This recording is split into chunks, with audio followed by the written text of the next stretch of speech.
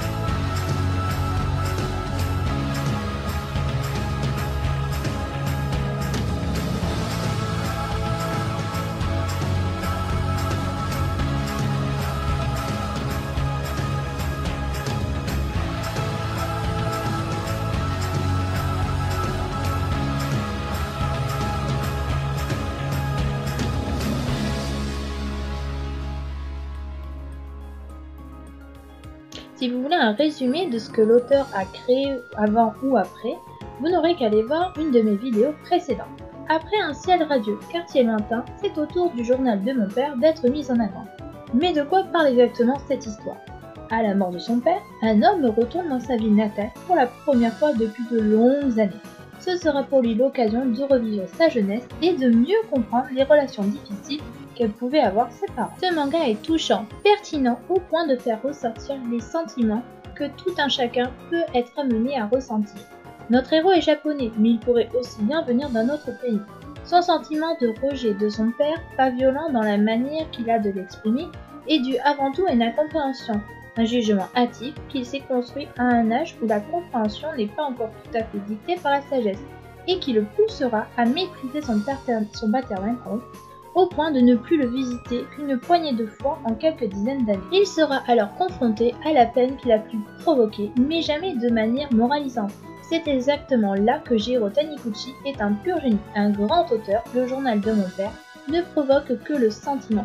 Il ne cherche absolument pas à ce que l'on juge le personnage. On ne cache pas que cela provoque une véritable bouffée d'air frais à notre époque où la morale ne cesse de se faire de plus en plus présente. L'histoire qu'il développe est d'une pureté des émotions qui résonne directement en chacun de nous, au plus profond de notre âme. Pour arriver à ce résultat, l'auteur opte pour un découpage par chapitre très bien maîtrisé, chacun représentant non seulement un souvenir du héros, mais surtout l'occasion de lui faire découvrir à chaque fois une facette de son père qu'il ignorait. Le journal de mon père développe ainsi une description sensationnelle, au premier sens du terme, qui s'attache à comprendre chacun des personnages. Ce qui les sépare n'est non pas la superficielle méchanceté de l'un ou de l'autre, mais l'absence de la communication. En s'inspirant de son cas personnel, l'auteur décrit méticuleusement le fonctionnement humain, lequel nous fascine par son universalisme. L'auteur ne maîtrise pourtant pas cette partie car ne veut pas s'inspirer d'autre chose que le ressenti japonais, ce qui accouche d'une œuvre jamais dans la démonstration forcenée. Sans aucune volonté de se mettre en scène. On est au Japon, la société est japonaise, on rencontre même des problématiques historiques de ce pays, par exemple les relations tendues, l'après-guerre avec les soldats américains restés sur place, etc. etc. C'est juste que Taniguchi réussit à capter les émotions avec une telle objectivité qu'on ne peut trouver crédible la situation dépeinte, que celle-ci nous expose la perte du chien familial ou une simple balade dans des lieux pas si oubliés que cela. Le journal de mon père ne cesse de s'adresser à nous avec pertinence peu commune et on en sort très bouleversé. Ajoutons à cela que le journal de mon père est aussi un coup de cœur pour ses dessins, dont le style détaillé des personnages au décor est un enchantement tout au long de votre lecture. Le trait fin et précis, les expressions faciales, une justesse qui pousse le lecteur à s'identifier. Rien n'est laissé au hasard. Giraud se demande lors d'un texte qui conclut la très belle édition assurée par Casterman s'il a opté pour la bonne forme en choisissant la bande dessinée, regrettant de ne pas avoir tenté le roman. On peut le rassurer, si l'on peut s'avancer sur ce qu'a été le journal de mon père sous la forme d'un livre, on peut cependant affirmer que son Gekiga est un coup de maître à découvrir au plus vite. Et ceci marquera la fin positive de notre Mythe Manga. J'espère que cette vidéo vous aura plu. Quant à nous, on se retrouve très vite pour une prochaine vidéo. Bye bye mes petits yokai!